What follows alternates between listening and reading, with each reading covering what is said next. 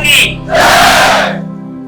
जैसा कि सर्वविदित है, हम सभी जानते हैं जो मनोगत भाव हैं आदरणीय प्रधानमंत्री जी के, वह मनोगत हम सभी सुन रहे हैं लंबे समय से, और उसी मनोगत की मन की बात की यह श्रृंखला जायमान है।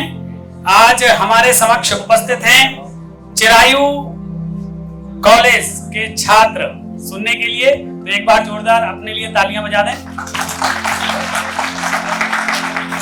ये हमारा 34 नंबर का सेशन है और इसमें आज के मुख्य वक्ता के रूप में जो हमारे बीच उपस्थित हैं आदरणीय श्री केजी सुरेश जी, जो कि कुलपति हैं माखनलाल चतुर्वेदी राष्ट्रीय पत्रकारिता एवं जनसंचार विश्वविद्यालय के। आपसे अनुरोध करता हूं बड़े ही आदर के साथ कि मंचासीन हो सर, मंच पर विराजमान। साथ ही साथ आज के कार्यक्रम की इस श्रृंखला की अध्यक्षता कर रही आदरणीय निर्मला बरेला जी, जो कि अध्यक्ष हैं आदिवासी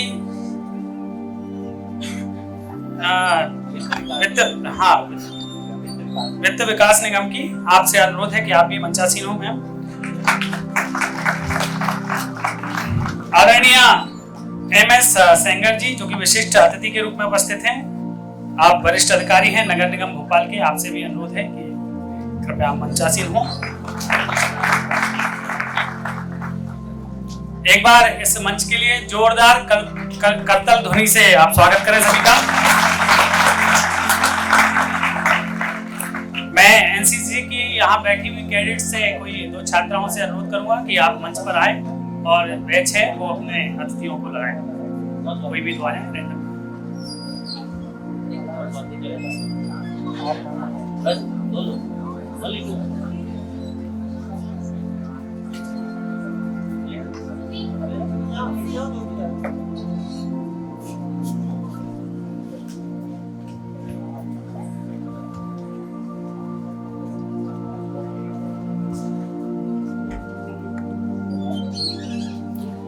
ये सौभाग्य है कि हमारे बीच एनसीसी कैडेट्स हैं।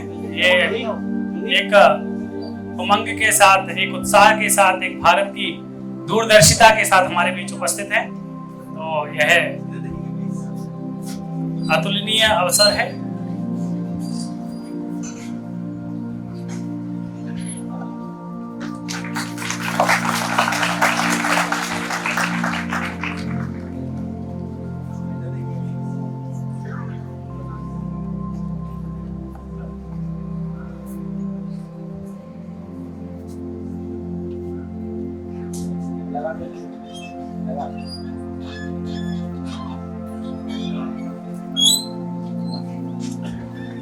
थैंक यू, धन्यवाद।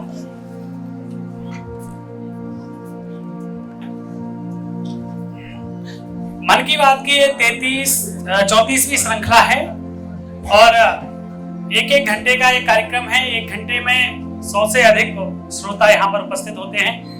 हर बार मनोगत में से यहाँ पर उपस्थित हमारे जो वक्तागण आते हैं उनके मनोगत मंथन के रूप में हमारे समक्ष वह उपस्थापित करते हैं। इस श्रृंखला में एक क्लिप आपको सुनाई जाएगी जो कि प्रधानमंत्री जी के मन की बात की होगी। उससे संबंधित आप वक्तव्य सुनेंगे और उस वक्तव्य के तदनुरूप आप अपनी जिज्ञासाएं, अपने प्रश्न अंतिम 10 से 15 मिनट में उपस्थापित कर सकते हैं। तो जैसा कि हमें विदित है कि आदरणीय श्री केजी सुरेश जी कुलपति हैं माखनलाल चतुर्वेदी राष्ट्रीय पत्रकारिता एवं जनसंचार विश्वविद्यालय के। आप निदेशक के रूप में कार्य कर चुके हैं Indian institute of mass communication media Delhi. आपका व्यक्तित्व तो विशाल है। पत्रकारिता के क्षेत्र में आप भारत में सर्वविदित हैं। आपके लिखे हुए लेख, आपके द्वारा दिए गए विभिन्न कार्यक्रम भारत के लिए एक नवीन दिशा पत्रकारिता के क्षेत्र में निश्चित रूप से मुख्य स्तंभ के रूप में स्थापित हो रही है। तो मैं ऐसे आदरणीयों को इस क्लिप के बाद मंच पर आमंत्रित करूंगा। तो क्लिप प्रारंभ की जाए। 34। बदलती हुई मौसम चक्र और पर्यावरण में जो बदलाव आ रहा है उसका बड़ा ही नेगेटिव इम्पैक्ट भी हो रहा है। पिछले कुछ दिनों से भारत के कुछ हिस्सों में, विशेषकर असम, नॉर्थ ईस्ट, गुजरात, राजस्थान, बंगाल के कुछ हिस्से अति वर्षा के कारण प्राकृतिक आपदा झेलनी पड़ी है। बाढ़ प्रभावित क्षेत्रों की पूरी मॉनिटरिंग हो रही है। व्यापक स्तर पर राहत कार्य किए जा रहे हैं। जहां हो सके वहां मंत्री परिषद के मेरे साथी भी पहुंच रहे हैं। राज्य सरकारें भी अपने अपने तरीके से बाढ़ पीड़ितों को मदद करने के लिए भरसक प्रयास कर रही हैं। सामाजिक संगठन भी, सांस्कृतिक संगठन भी, सेवा भाव से काम करने वाले नागरिक भी ऐसी परिस्थिति में लोगों को मदद पहुंचाने के लिए भरसक प्रयास कर रहे हैं। भारत सरकार की तरफ से सेना के जवान हो, वायुसेना के लोग हो, एनडीआरएफ के लोग हो, पैरामिलिट्री फोर्सेस हो, हर कोई ऐसे समय आपदा पीड़ितों की सेवा करने में जी जान से जुट जाते हैं। बाढ़ से जनजीवन काफी अस्त व्यस्त हो जाता है। फसलों, पशुधन, infrastructure, roads, electricity, communication links सब कुछ प्रभावित हो जाता है। खास करके हमारे किसान भाइयों को, फसलों को, खेतों को जो नुकसान होता है, तो इन दिनों तो हमने इंश्योरेंस कंपनियों को और विशेष करके क्रॉप इंश्योरेंस कंपनियों को भी प्रोएक्टिव होने के लिए योजना बनाई है, ताकि किसानों के क्लेम सेटलमेंट तुरंत हो सके। और बाढ़ की परिस्थिति को निपटने के लिए 24/7 कंट्रोल रूम में हेल्पलाइन नंबर 1078 लगातार काम कर रहा है। लोग अपनी कठिनाइयां बताते भी हैं। बरसात के पूर्व अधिकतम स्थानों पर मॉक ड्रिल करके पूरे सरकारी तंत्र को तैयार किया गया। एनडीआरएफ की टीमें लगाई गई। स्थान स्थान पर आपदा मित्र बनाना और आपदा मित्र के डूज एंड डॉन्ट्स की ट्रेनिंग करना, वॉलंटियर्स करना, एक जन संगठन खड़ा कर करके ऐसी परिस्थिति में काम करना। इन दिनों मौसम का जो पूर्वानुमान मिलता है, अब टेक्नोलॉजी इतनी आगे बढ़ी है, स्पेस साइंस का भी बहुत बड़ा रोल रहा है। उसके कारण करीब करीब अनुमान सही निकलते हैं। धीरे धीरे हम लोग भी स्वभाव बनाए कि मौसम के पूर्वानुमान के अनुसार अपने कार्यकलापों की भी रचना कर सकते हैं, तो उससे हम नुकसान से बच सकते हैं। जब भी मैं मन की बात के लिए तैयारी करता हूं, तो मैं देख रहा हूं कि मुझसे ज्यादा देश के नागरिक तैयारी करते हैं। इस बार तो जीएसटी को लेकर के इतनी चिट्ठियां आई हैं, इतने सारे फोन कॉल आए हैं, और अभी भी लोग जीएसटी के संबंध में खुशी भी व्यक्त करते हैं, जिज्ञासा भी व्यक्त करते हैं। एक फोन कॉल मैं आपको भी सुनाता हूँ। नमस्कार प्रधानमंत्री जी, मैं गुड़गांव से नीतू गर्ग बोल रही हूँ। मैंने आपके चार्टर्ड अकाउंटेंट्स डे की स्पीच सुनी और बहुत प्रभावित हुई। इसी तरह हमारे देश में पिछले महीने आज की तारीख पर goods and services tax GST की शुरुआत हुई। क्या आप बता सकते हैं कि जैसा सरकार ने एक्सपेक्ट किया था वैसे ही रिजल्ट एक महीने बाद आ रहे हैं या नहीं? मैं इसके बारे में आपके विचार सुनना चाहूंगी। धन्यवाद। जीएसटी के लागू हुए करीब 1 महीना हुआ है और उसके फायदे दिखने लगे हैं, और मुझे बहुत संतोष होता है, खुशी होती है जब कोई गरीब मुझे चिट्ठी लिख करके कहता है कि जीएसटी के कारण एक गरीब की जरूरत की चीजों में कैसे दाम कम हुए हैं, चीजें कैसे सस्ती हुई है। अगर नॉर्थ ईस्ट दूर सुदूर पहाड़ों में, जंगलों में रहने वाला कोई व्यक्ति चिट्ठी लिखता है कि शुरू में डर लगता था कि पता नहीं क्या है, लेकिन अब जब मैं इसमें सीखने समझने लगा तो मुझे लगता है पहले से ज्यादा आसान हो गया काम, व्यापार और आसान हो गया। और सबसे बड़ी बात है, ग्राहकों का व्यापारी के प्रति भरोसा बढ़ने लगा है। अभी मैं देख रहा था कि ट्रांसपोर्ट एंड लॉजिस्टिक्स सेक्टर पर कैसे जीएसटी का इम्पैक्ट पड़ा, कैसे अब ट्रकों की आवाजाही बढ़ी है, दूरी तय करने में समय कैसे कम हो रहा है, हाईवेज क्लटर फ्री हुई है, ट्रकों की गति बढ़ने के कारण पॉल्यूशन भी कम हुआ है, सामान भी बहुत जल्दी से पहुंच रहा है। ये सुविधा तो है ही, लेकिन साथ साथ आर्थिक गति को भी इससे बल मिलता है।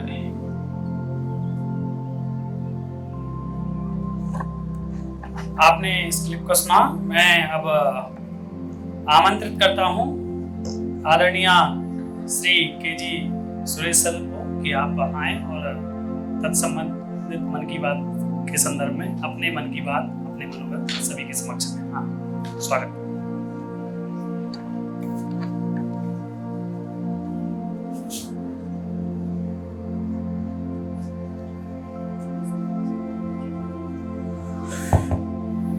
धन्यवाद। आज के कार्यक्रम के अध्यक्ष आदरणीय निर्मला जी, विशिष्ट अतिथि सिंगर साहब, यहाँ उपस्थित सभी गणमान्य नागरिक, चिरायु कॉलेज के प्रिय विद्यार्थियों, एनसीसी के हमारे कैडेट,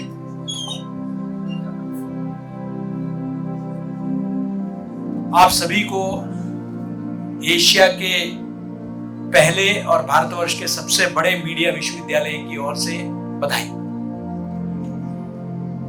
आप सबको बधाई इसलिए क्योंकि आज आपने ये तय किया कि आप कुछ महत्वपूर्ण बातों को सुनेंगे, और वो मेरी बातें नहीं है, मैं माननीय प्रधानमंत्री की बातों की बात कर रहा हूं। मैं इस कार्यक्रम के शुरुआत से जुड़ा रहा, मन की बात कार्यक्रम। उस वक्त मैं दूरदर्शन में संपादक था,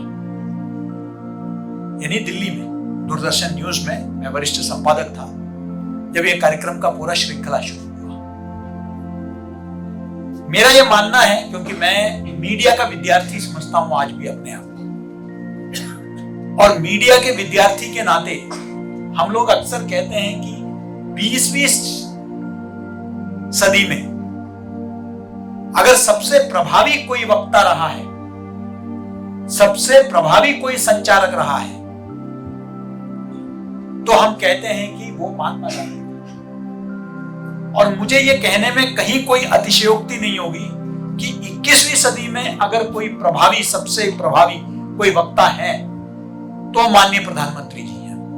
मुझे कहीं कोई संशय नहीं है इस विषय को लेकर, क्योंकि हम जब संचार की बात करते हैं तो उसमें वर्बल और नॉन वर्बल, इन दोनों की हम बात करते हैं। यानी कि आदमी या इंसान जो बोलता है, और दूसरा उनकी वेशभूषा, उनका बोलने का अंदाज, उनका जो चेहरे में जो आंखों की भाषा, उनके बॉडी लैंग्वेज, हर चीज को जब आप देखते हैं तो कम्युनिकेशन बनता है, परफेक्ट कम्युनिकेटर। अब आप देखेंगे गांधी जी के बारे में कहते हैं कि वो धोती पहनकर भी जाते थे, अंग्रेजी हुक्मरानों को वो हिला देते थे। इतने कमजोर से एक शरीर के दृष्टि से अगर आप देखेंगे, लेकिन उनका प्रभाव पूरे भारतवर्ष में ही नहीं, पूरे विश्व भर में होता था। इसी प्रकार माननीय प्रधानमंत्री जी ने जो क्रांति किया है उसके बारे में भी आपको 2 मिनट में इस विशेष जो एपिसोड है इसमें आने से पहले मैं आपके साथ चर्चा करना चाहूंगा। देखिए, रेडियो का कई फेज रहा है। हमारे देश में रेडियो सुनने की एक परंपरा पहले से रही, लेकिन उस वक्त विविध भारती, सिबाका या बिनाका गीतमाला, अमीन सयानी, आप लोग अगर अपने पेरेंट्स से पूछेंगे या ग्रैंड पेरेंट्स से पूछेंगे, दादा दादी, नाना नानी, उन सबको मालूम है कि किस तरीके से रेडियो हमारा जीवन का एक अभिन्न अंग था। हम लोग जब आपके उम्र के थे या उससे छोटे थे, तब हम लोग न टीवी देखते थे, न टीवी होता था, न स्मार्टफोन होता था, वो सब तो दूर की बातें हैं। हम लोग रेडियो का गीत सुनते थे, लेकिन धीरे धीरे वक्त के बदलते हमने देखा कि लोगों ने रेडियो से ध्यान हटाकर टेलीविजन की तरफ आ गए।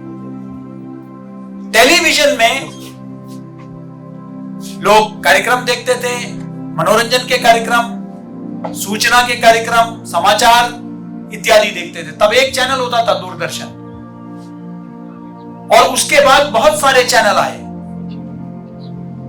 और उसके बाद हमने देखा कि सूचना क्रांति हुई और मोबाइल फोन्स आए, स्मार्टफोन्स आए, और आगे चलकर यूट्यूब, इंटरनेट, व्हाट्सएप वीडियोस सब आने लगे। और इस पूरे घटनाक्रम में रेडियो कहीं पीछे छूट गया। ऐसे लगने लगा कि मानो रेडियो का अस्तित्व ही खत्म हो गया, जबकि रेडियो ने इस देश के संस्कृति को बचाने में रेडियो की बहुत बड़ी भूमिका रही है, उसके संरक्षण में। जितने बड़े कलाकार हैं, जो पुराने कलाकार हमारे रहे हैं, तो उनके याद के नाम पर आज हमारे पास सिर्फ उनके रिकॉर्डिंग है। जितने भी बड़े कलाकार रहे हो, कितने बड़े संगीतकार रहे हो, जितने ऐतिहासिक भाषण हैं, उनका हमारे पास रेडियो की रिकॉर्डिंग है। आकाशवाणी, और उससे पहले हमने देखा कि नेताजी बोस ने जो है आजाद हिंद रेडियो के माध्यम से पूरे देश को संबोधित किया। रेडियो ने दूर दराज के क्षेत्रों में रहने वाले किसान, समंदर में मछली पकड़ने जाने वाले मछुआरे, उनको मौसम के बारे में, तूफान के बारे में अवगत कराया। रेडियो की इतनी बहुत ही प्रभावी भूमिका रही। लेकिन धीरे धीरे रेडियो को हम भूल से गए, और पहली बार विश्व में एक प्रयोग हुआ माननीय प्रधानमंत्री जी के माध्यम से, जहां रेडियो को हमने पुनर्जीवित किया। मन की बात उन्होंने यह तय किया, वो कह सकते थे मैं तो YouTube में आऊंगा, वो कह सकते थे कि मैं जो हूं ट्विटर में जो है जो डिस्कशन होता है उसमें मैं जुड़ सकता हूं, वो ये तय कर सकते थे। टेक्नोलॉजी में तो पूरा विश्व उनका जो है अनुकरण करता है। सोशल मीडिया में वो बहुत सक्रिय हैं, उनका वो उस ट्विटर रूम में आ सकते थे लोगों से बातचीत करने के लिए। लेकिन उन्होंने रेडियो को चुना। रेडियो को चुनने का पीछे कारण यह था कि मैं गरीब से गरीब व्यक्ति तक भी मैं पहुंच जाऊं, जहां टेलीविजन नहीं पहुंच पाता, जहां केबल नहीं पहुंच पाता, जहां सैटेलाइट टीवी नहीं पहुंच पाता, वहां भी मैं रेडियो के माध्यम से पहुंच जाऊं। रेडियो का सबसे सुंदर पक्ष यह है कि जब आप रेडियो सुन रहे होते हैं तो साथ में आप 10 काम और कर सकते हैं। हमें याद है, हम लोग जब रेडियो सुनते थे, हम अपना दिनचर्या, चाहे हम लोग किचन का काम कर रहे हो, हम लोग ऑफिस का काम कर रहे हो, कमेंट्री चलती थी क्रिकेट की, काम के साथ कहीं यात्रा कर रहे हो, रेडियो रखा हुआ है। वो अभी भी, उसके बाद आपने देखा होगा जब FM रेडियो शुरू हुआ तो लोग अपने कार में गाड़ी चलाते हुए रेडियो को सुनते थे। टेलीविजन का सामने होना जरूरी है, उसमें देखते रहना जरूरी है। हमने देखा है कि आप स्क्रीन को हटा देते हैं जो जब गाड़ी ड्राइव करते हैं, तो उसका कारण यह है कि पीछे के सीट में, इवन जो एडवांस्ड गाड़ियां हैं, उसमें सामने नहीं दिया जाता है स्क्रीन, क्योंकि ड्राइवर की नजर अगर स्क्रीन में पड़ गया तो सड़क से ध्यान भटक जाएगा। लेकिन वो गीत सुन सकता है। इसलिए रेडियो का प्रभावी क्षेत्र यह है कि रेडियो कहीं बैठकर भी व्यक्ति सुन सकता है। रेडियो एक सस्ता माध्यम है, उसके लिए आपको इंटरनेट कनेक्टिविटी की आवश्यकता नहीं है। रेडियो के लिए आपको जो है केबल का पैसे देने की जरूरत नहीं है। रेडियो आज आप दिल्ली में जाएंगे तो वहां एक इलेक्ट्रॉनिक लाजपत राय मार्केट है चांदनी चौक में, वहां सिंगल बैंड रेडियो आपको 20 से 50 रुपए के अंदर मिल जाएगा। वो रेडियो की ताकत है। मैं इसलिए बता रहा हूं क्योंकि हाल ही में 15 अगस्त को हमने अपने विश्वविद्यालय में, आप कभी समय मिले तो आप लोग सुने क्योंकि आप भी भोपाल के ही शहरी हैं, हमने रेडियो करमवीर 90.0 शुरू किया है, जिसके माध्यम से हम समाज से संबंधित, राष्ट्र से संबंधित विषयों को लेकर हम समाज के बीच में जा रहे हैं, विद्यार्थियों के बीच में जा रहे हैं। कहने का तात्पर्य यह है कि माननीय प्रधानमंत्री ने रेडियो को चुना ताकि सब तक पहुंच पाए वो।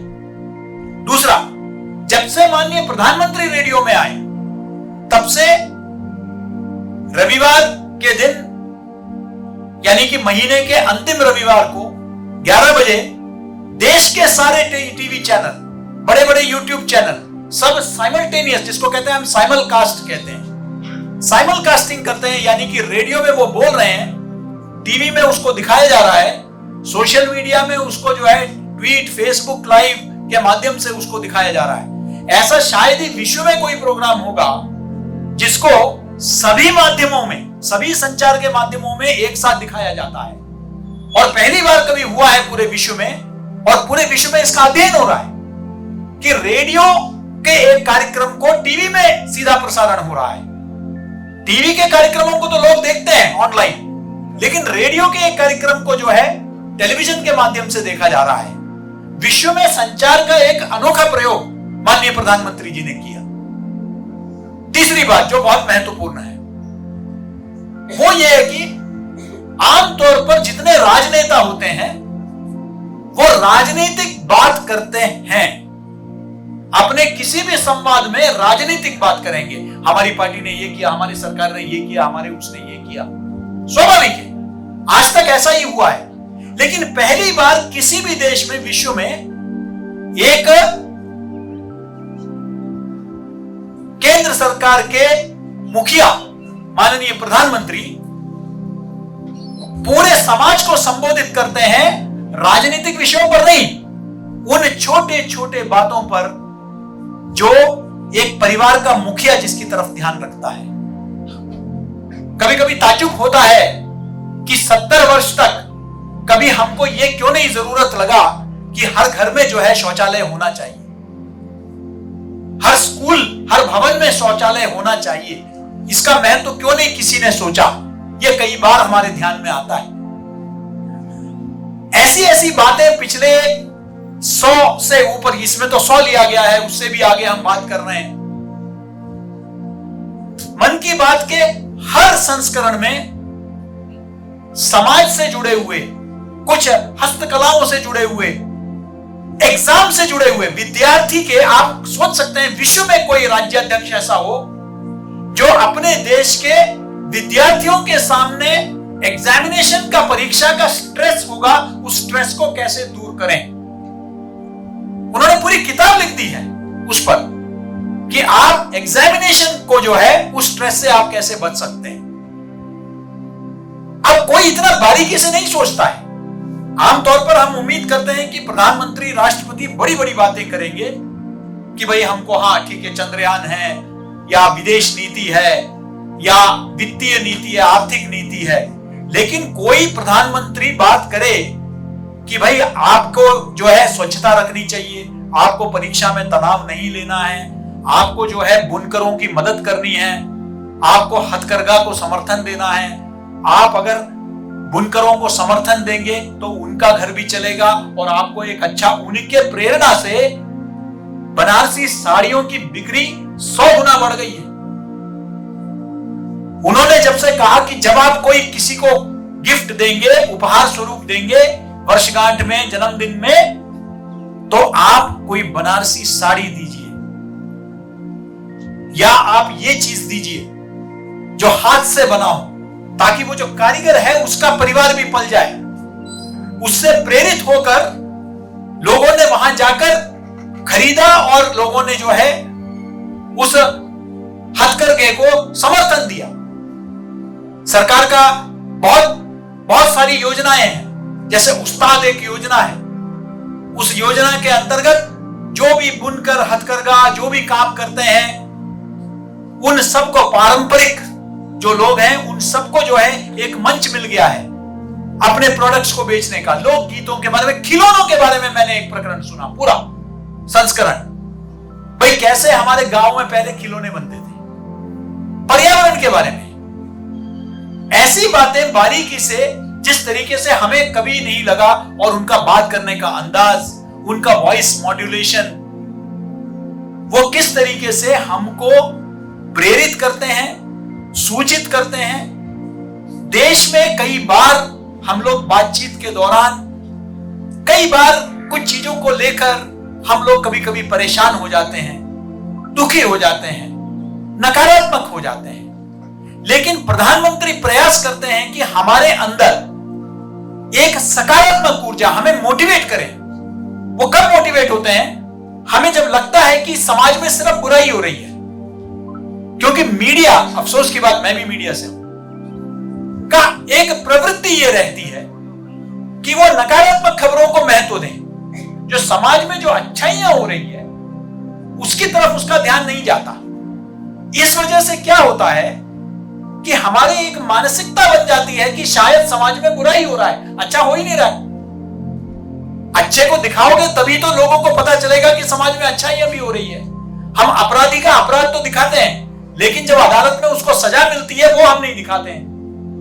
उसका नतीजा क्या होता है? लोगों को लगता है कि इस समाज में तो सिर्फ अपराध हो रहा है, लेकिन जो सजा मिल रहा है, रोज अदालतों में सजा मिल रहा है, उसका कहीं हम जिक्र नहीं करते हैं। इसलिए जरूरी है कि समाज में जो सकारात्मक चीजें हो रही है, माननीय प्रधानमंत्री जी के ये जो मन की बात में वो गांव-गांव से, दूर दराज से ऐसे लोगों को ढूंढ के लाते हैं जो किसी सरकारी प्रोजेक्ट को लेकर नहीं, अपने बलबूते पर, अपने प्रेरणा से वो समाज के लिए कुछ निस्वार्थ भावना से कर रहे हैं। ऐसे लोगों को ढूंढ के लाते हैं और उनके बारे में समाज को बताते हैं, देखिए मैं इनसे आपकी बात करा रहा हूं। इससे क्या होता है? समाज में लगता है कि, वरना हमें लगता है कि शायद हम अलग थलग पड़ गए, हम ही अकेले सोचते हैं, बाकी हर जगह गलत काम हो रहा है। लेकिन उन्होंने मन की बात को एक ऐसा माध्यम बना दिया है जिस माध्यम से वो समाज को बता रहे हैं कि समाज में जो सकारात्मक काम हो रहा है, कि आप भी सकारात्मक रहिए। है अंधेरा है, दिक्कतें हैं, परेशानियां हैं, कठिनाइयां हैं, मुश्किलात है, लेकिन इन सब के बावजूद हम सब मिलकर इन सब समस्याओं से उभर सकते हैं। बहुत से काम निस्वार्थ भावना से समाज में कर रहे हैं और आप भी करिए, हम भी करिए। बहुत पहले जॉन एफ कैनेडी ने, जो अमेरिका के राष्ट्रपति रह चुके हैं, उन्होंने एक बात कही थी, ask not what your country can do for you, ask what you can do for your country. ये मत पूछिए कि आपका देश आपके लिए क्या कर सकता है, ये पूछिए कि आप देश के लिए क्या कर सकते हैं। कल हमने देखा, कल हम सब बहुत गर्व के साथ हम लोग खड़े हुए थे जब चंद्रयान का विक्रम रोवर जो है उसका लैंडिंग, सॉफ्ट लैंडिंग हुआ चंद्रमा के दक्षिणी ध्रुव पर। कितना अच्छा लग रहा था हम सबको, कितना गौरवान्वित महसूस कर रहे थे कि विश्व के पहले देश बने जिन्होंने चंद्रमा के जो है दक्षिणी ध्रुव पर हमने जो है, हमारे विक्रम लैंडर ने जो है जब वहां पहुंचा तो कितना अच्छा लग रहा था। लेकिन वो नजारा मत भूलिए, जब पिछली बार चंद्रयान भेजा गया तो फूट फूट कर के शिवन साहब, जो इसरो के जो प्रमुख है, वो रो रहे थे और माननीय प्रधानमंत्री जी ने उनको गले लगाया और उनसे कहा कि हिम्मत नहीं हारना है, हार जीत जीवन का हिस्सा है, हमको काम करते रहना चाहिए। और उसी प्रयास का मात्र 1 साल के अंदर हमने फिर से चंद्रयान को भेजा और पूरे विश्व ने कल देखा कि भारत के वैज्ञानिक कितनी क्षमता रखते हैं।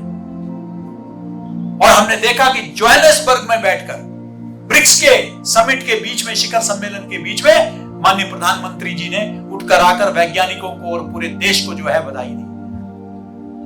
ये जो हम जो हतोत्साहित हो जाते हैं, निराश हो जाते हैं, मायूस हो जाते हैं, तो प्रेरणा मिलना बहुत, अगर देश का मुखिया खुद जैसे परिवार का मुखिया होता है, आपको प्रेरित करता है, तो बहुत फर्क पड़ जाता है कि कोई बात नहीं, हारना जीतना जीवन में रहेगा, लेकिन हम आपके साथ हैं, आप अपना काम करते रहिए। और उसी का हमने कल सफलता देखी। मैं इस विशेष प्रकरण जो मुझे दिया गया है 34 नंबर, आज जो चर्चा का विषय है, मैं उस पर सीधे आता हूं, क्योंकि ये मैं समझ रहा था कि ये पृष्ठभूमि आवश्यक है आपको मन की बात को समझने के लिए। आपने कुछ उसके अंश देखे, और उस अंश में आपने बताया किस तरीके से, और बड़े संयोग की बात है कि ये शायद 2017 में जुलाई के अंत में इसको प्रसारित किया गया था, यानी कि लगभग 6 साल हो गए इसको प्रसारित हुए आज जिस पर हम चर्चा कर रहे हैं। और क्योंकि वो अगस्त के आसपास था तो लगभग विषय आज से मिलता जुलता है। और सबसे अच्छी बात है कि प्रधानमंत्री जी जो भी बात करते हैं वो जब उन्होंने बताया और आज भी उतना ही प्रासंगिक है, उतना ही सार्थक है। उन्होंने क्लाइमेट चेंज के बारे में बताया, उन्होंने ग्लोबल वार्मिंग के बारे में बताया, उन्होंने असम में जो बाढ़ हो रहा है उससे जो विनाश हो रहा है उसके बारे में बताया। आज भी हम लोगों ने टीवी में देखा होगा कि हिमाचल में किस तरीके का कहर जो है टूट पड़ा है, किस तरीके से उत्तराखंड में जो है नुकसान पहुंच रहा है, देश के कई हिस्सों में जो है किस तरीके से जान और माल का जो है नुकसान हो रहा है, हमने देखा होगा। जरा सोचिए, मुझे अभी भी याद है क्योंकि मैंने दिल्ली में काफी समय पत्रकारिता किया शिक्षक बनने से पहले, और मैं देखता था कि वहां एक बगल में एक शहर है जिसको मिलेनियम सिटी कहते हैं, गुड़गांव। दुनिया के सबसे बेहतरीन बड़े बड़े कारपोरेट घराने उन्होंने अपना कार्यालय वहां खोल रखे हैं। गुड़गांव में अगर पानी का भराव हो जाता है तो सुर्खियों में जो है वो खबर होती थी।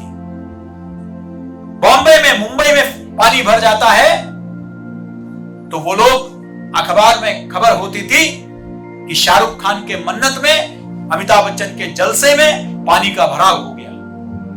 लेकिन असम में, बिहार में, जहां हजारों लाखों लोग बेघर हो जाते हैं, मवेशी मारे जाते हैं, इंसान मारे जाते हैं, उनका जिक्र कोई नहीं करता। हल्के से जिक्र हो गया, हाँ वहां बाढ़ बढ़ गया है बस, या कोई ऐसा नजारा हो कि बड़े बड़े बिल्डिंग गिर रहे हैं तो वो कम से कम अच्छी सीन बन जाएगी इसलिए उसको दिखा दिया।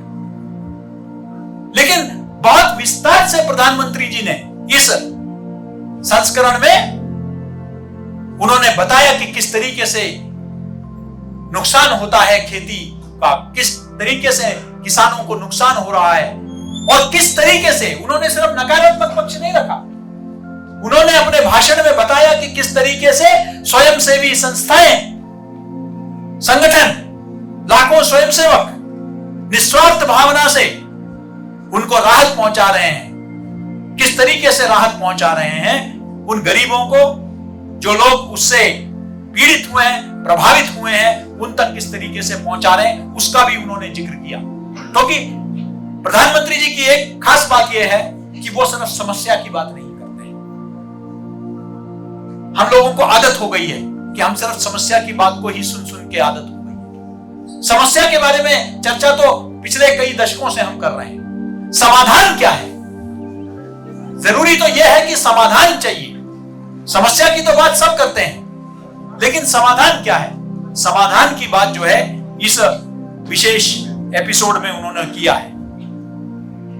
अगर हम इस एपिसोड को पूरा सुनेंगे, और मैं आप सबसे कहूंगा कि जरूर, क्योंकि आप लोगों के बाद कोई और बच्चे आएंगे, विद्यार्थी आएंगे, तो आप, क्योंकि ये आपका एक तरह से असाइनमेंट भी है, अध्ययन भी करना है, आप इसको जरा डिटेल में जरूर सुनिए, आप अवश्य सुने, क्योंकि इसमें माननीय प्रधानमंत्री फिर वहां से सीधे आ जाते हैं अगस्त के महत्व को लेकर, और वहां पे बात करते हैं भारत छोड़ो आंदोलन के बारे में। भारत छोड़ो आंदोलन, उन्होंने कहा कि ये नारा किसने दिया था? वे कहते हैं कि यूसुफ अली नाम के स्वाधीनता संग्राम के जो स्वतंत्रता सेनानी है, उन्होंने ये नाम दिया था, ये नारा दिया था। उसके पूरे इतिहास को लेकर वो बताते हैं कि किस तरीके से असहयोग आंदोलन, किस तरीके से उन्होंने, भारत छोड़ो आंदोलन ने पूरे देश को उद्वेलित कर दिया था, अंग्रेजों के खिलाफ खड़ा कर दिया था, पूरा देश एक हो गया था। और फिर 1857 से लेकर, जिसको हम प्रथम स्वतंत्रता संग्राम समझते हैं, वहां से लेकर 1947 तक का, कि लगातार देश में कहीं ना कहीं विदेशी हुक्मरानों का विरोध हुआ और स्वाधीनता के लिए लगातार सतत प्रयास चलता रहा। कभी झांसी में, कभी मेरठ में, देश के अलग अलग हिस्सों में, उसका पूरा इतिहास उन्होंने युवा पीढ़ी के सामने रखा ताकि हम भूल न जाएं। हमने आजादी का अमृत महोत्सव देखा। आजादी के अमृत महोत्सव के दौरान यह जरूर बताया गया कि ये जो आजादी जो है इसको मुट्ठी भर कोई परिवारों ने नहीं हमको दिलवाया। ये आजादी की जो जंग है, ये जो स्वाधीनता संग्राम है, उसमें हर गांव, हर कस्बे, हर शहर, हर प्रदेश का जो है भूमिका रही है। उन सब के बारे में जिक्र किया जाता है। आज अगर आप इंडिगो फ्लाइट से कहीं जाएंगे तो इंडिगो फ्लाइट उतरने से पहले आपको बता देंगे कि आज हम याद करते हैं उस स्वतंत्रता सेनानी को। शायद आपने उसका नाम नहीं सुना होगा। आजादी के अमृत महोत्सव ने जो हमको सबसे बड़ा योगदान अगर दिया है तो वो ये है कि हमको ये स्मरण करवाया कि हर जिले में, हर गांव में, हर प्रदेश में स्वाधीनता सेनानी रहे हैं। ये नहीं वो किसी प्रदेश विशेष का या किसी दल विशेष का या कोई विचार विशेष के लोगों ने इस देश को स्वाधीनता दिलाया। हर विचार के लोगों का इसमें योगदान रहा है। पूरे भारतवर्ष ने मिलकर जो है इस स्वाधीनता को पाया है। ये संग्राम, ये संदेश उन्होंने देने का प्रयास किया और ये हकीकत है। हम कभी उत्तर पूर्व के बारे में सोचते नहीं है। माननीय प्रधानमंत्री जी ने अभी कुछ महीने पहले लचित बोरफुकान के बारे में जो है जिक्र किया। उनका जो है जो शताब्दी वर्ष जो है वो 300 वर्ष का जो है उन्होंने उसका कार्यक्रम आयोजित किया। आज माखनलाल विश्वविद्यालय में जो सामुदायिक केंद्र है वो लचित बोरफुकान के नाम पर है। असम के अखबारों में छप गया, आप जरूर उसको गूगल करके देखिए ये लचित बोरफुकान कौन था। 17 बार उन्होंने जो है विदेशी सेना को ब्रह्मपुत्र पार करने से रोक दिया। ये उनका काबिलियत रही है। उन्होंने असम में जो है कभी भी विदेशियों को घुसने का जो है अवसर नहीं दिया। रानीमा गैदिनलिऊ, जब मैं भारतीय जनसंचार संस्थान का IIMC का महानिदेशक था, डीजी था, तो हमने वहां की महिलाओं के गर्ल्स हॉस्टल का नाम रानीमा गैदिनलिऊ हॉस्टल। लोगों ने पूछा रानीमा गैदिनलिऊ कौन है? रानीमा गैदिनलिऊ एक नागा। आपको क्या बताया जाता है कि नागा लोग जो है अलगाववादी है, लेकिन रानीमा गैदिनलिऊ ने अपने जीवन को समर्पित किया। उन्होंने विदेशी आक्रांताओं के खिलाफ ही नहीं, विदेशी जो संस्कृति है, विदेशी मजहब है, उन सब के खिलाफ जो है, पंथ के खिलाफ भी अपनी आवाज उठाई। मैं 2 बातें और रख के आप प्रश्नोत्तरी के लिए मैं ये सदन से आग्रह करूंगा। तीसरी बात जो प्रधानमंत्री जी ने कही और वो था, तो पहले जो सैलाब जिस तरीके से हुआ है उसके बारे में उन्होंने, बाढ़ के बारे में चर्चा की। उसके बाद अगस्त के महत्व के बारे में बात की उन्होंने जो है बात की। भारत छोड़ो को उन्होंने जोड़ा किसके साथ? उन्होंने कहा कि गंदगी भारत छोड़ो, गंदगी जो है, उन्होंने स्वच्छ भारत को वहां फिर से उन्होंने जो है प्रमुखता दी। अपने उस एपिसोड में कहा कि हमको जो भी हमारे देश में जो कुरीतियां हैं उसे भारत छोड़ने के लिए कहना है। हमको गरीबी को, जहालत को, सबको हमको जो है भारत छोड़ने के लिए कहना है, तभी हम एक संपन्न राष्ट्र बनेंगे। उसके बारे में संकल्प से सिद्धि की उन्होंने बात कही। और फिर उन्होंने कहा कि अगस्त से लेकर त्योहारों का सिलसिला शुरू हो जाएगा। अगस्त से लेकर श्री कृष्ण जयंती से लेकर गणेश चतुर्थी से लेकर दीपावली, और उसमें उन्होंने महत्व कहा। उन्होंने कहा कारीगरों के बारे में, कारीगर जो दिया बनाते हैं, कारीगर जो मिट्टी का गणेश बनाते हैं, उन्होंने कहा कि आप इनको समर्थन दीजिए, इन लोगों को प्रोत्साहित कीजिए। आजकल हम देखते हैं, कुछ वर्षों से तो अब काफी कम हुआ है, पहले चीन से आयातित गणेश जी, ये छोटी छोटी आंखें वाले भगवान, ये विदेश से चाइना से मंगवा के हम लोग बेचा करते थे यहाँ।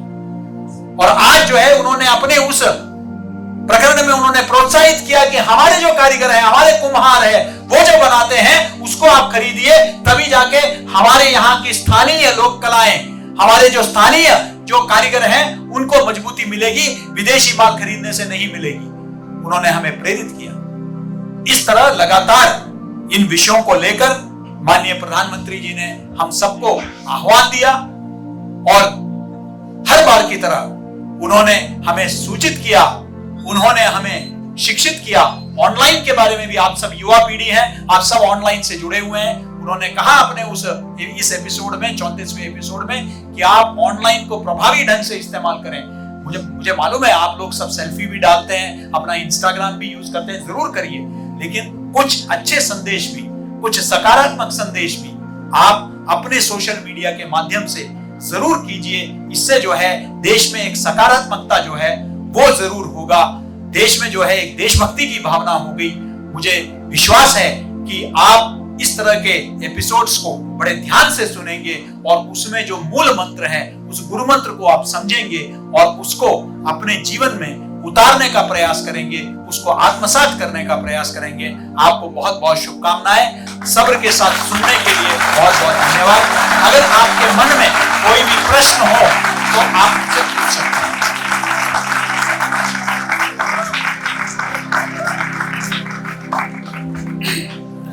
धन्यवाद आदरणीय। जैसा कि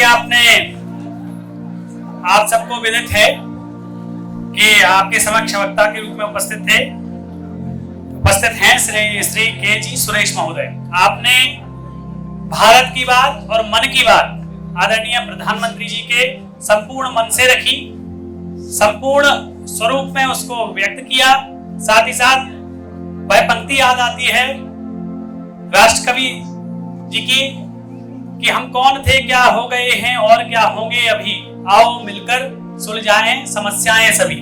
तो भारत की ये सारी समस्याएं, ये सारी बातें आपने मनोगत करके रखी। आपने बड़े ही तल्लीनता और शांति के साथ सुना।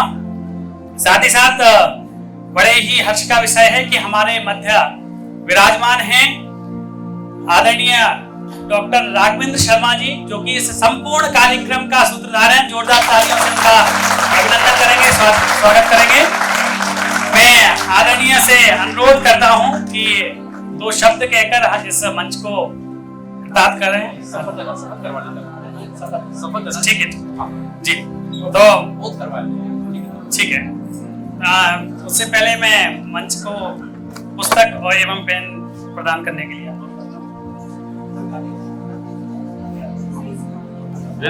मन की बात इस कार्यक्रम का एक स्मृति रूप में एक पेन लेखनी प्रदान की जा रही है। जोरदार तालियों से आप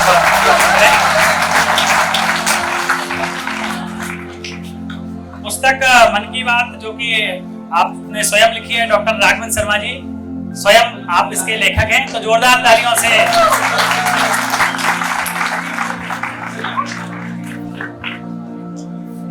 अरे महेश भाई,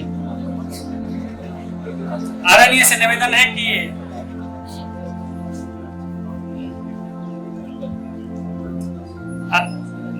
कार्यक्रम के अध्यक्ष आदरणीय निर्मला बारेला जी, जो कि आदिवासी विकास निधि की अध्यक्ष हैं मध्य प्रदेश शासन, एवं हमारे विशिष्ट अतिथि आदरणीय एम.एस. सेंगर जी को पुस्तक प्रदान।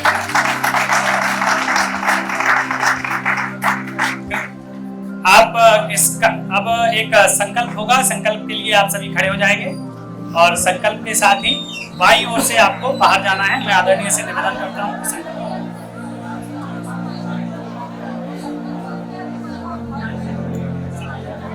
मित्रों, संकल्प में विकल्प नहीं होता। अगर संकल्प ले लिया तो विकल्प की शक्ति समाप्त कर देना। जैसे आपने संकल्प ले लिया था कि मन की बात के कार्यक्रम में सुनने जाएंगे, आधे अधूरे मन से सुनेंगे, विकल्प हो गया। जा भी सकते हैं, विकल्प हो गया। जीवन में हमेशा देखना है जिसने संकल्प है तो उसमें विकल्प नहीं होता। हम देखते हैं कि इस कार्यक्रम की एक मर्यादा है। मर्यादा कैसी है? 100 घंटे लगातार करना है। जब रेडियो, जब हमारा जो सिस्टम है पूरा का पूरा ऑडियो सिस्टम, बोलते हैं 8 घंटे से ज्यादा हम लगातार नहीं चल सकते, लेकिन हमें 100 घंटे चलाना है। तो हम 2-2, 5-5 मिनट का समय चुरा करके उससे कहते हैं कि आप थोड़ा सा ज्यादा गर्म हो गए, थोड़े कम हो जाइए, हमें अगला सत्र भी करना है। तो 1-1 मिनट की कीमत है। और आज आपको जो प्रश्न होना थे वो मैं क्षमा चाहूंगा आदरणीय सुरेश जी से कि आपके प्रश्न नहीं ले पाए हम लोग, इसके लिए क्षमा चाहते हैं।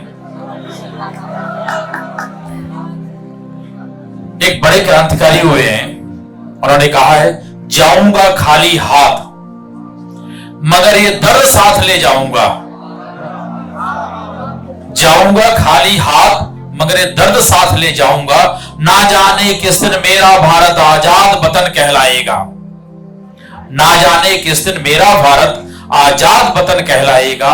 बिस्मिल हिंदू हैं, कहते हैं आऊंगा आऊंगा और आकर के भारत माता तुझको आजाद कराऊंगा। जी करता है मैं भी कह दूं पर मजहब में बंध जाता हूं। मुसलमान हूं, पुनर्जन्म की बात नहीं कह पाता हूं। मगर खुदा मिल जाए कहीं तो अपनी झोली फैला दूंगा और जन्नत के बदले बस एक पुनर्जन्म ही मांगूंगा जिससे मैं भारत माता को आजाद करा सकूं। ऐसे नाम बता सकता है कोई? ना ना ना ना ना, राम प्रसाद बिस्मिल थोड़ी है।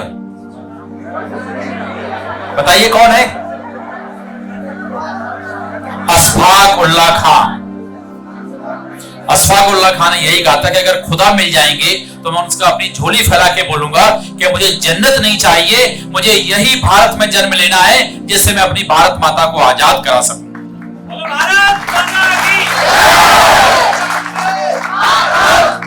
अब आप सभी लोग अपना दायां हाथ सामने कर लीजिए। राइट समझते ना? हाँ, और आगे करते समय प्रयास करना दूसरे से टकराए नहीं, ठीक? और संकल्प जीवन में बहुत महत्वपूर्ण होता है। संकल्प की मर्यादा को भी देखते हुए आप, हाँ अब मैं बोलूंगा, आप केवल जो मैं बोलूंगा उसका दोहराना। ईश्वर और भारत माता को साक्षी मानते हुए मैं संकल्प लेता हूं कि मैं स्वस्थ, समृद्ध और सशक्त भारत के निर्माण हेतु अपनी भूमिका का पूरी जिम्मेदारी से निर्वहन करूंगा और इस व्रत का आजन्म पालन करूंगा। भारत माता की जय। भारत माता की जय। मित्रों, आज का सेशन समाप्त होता है।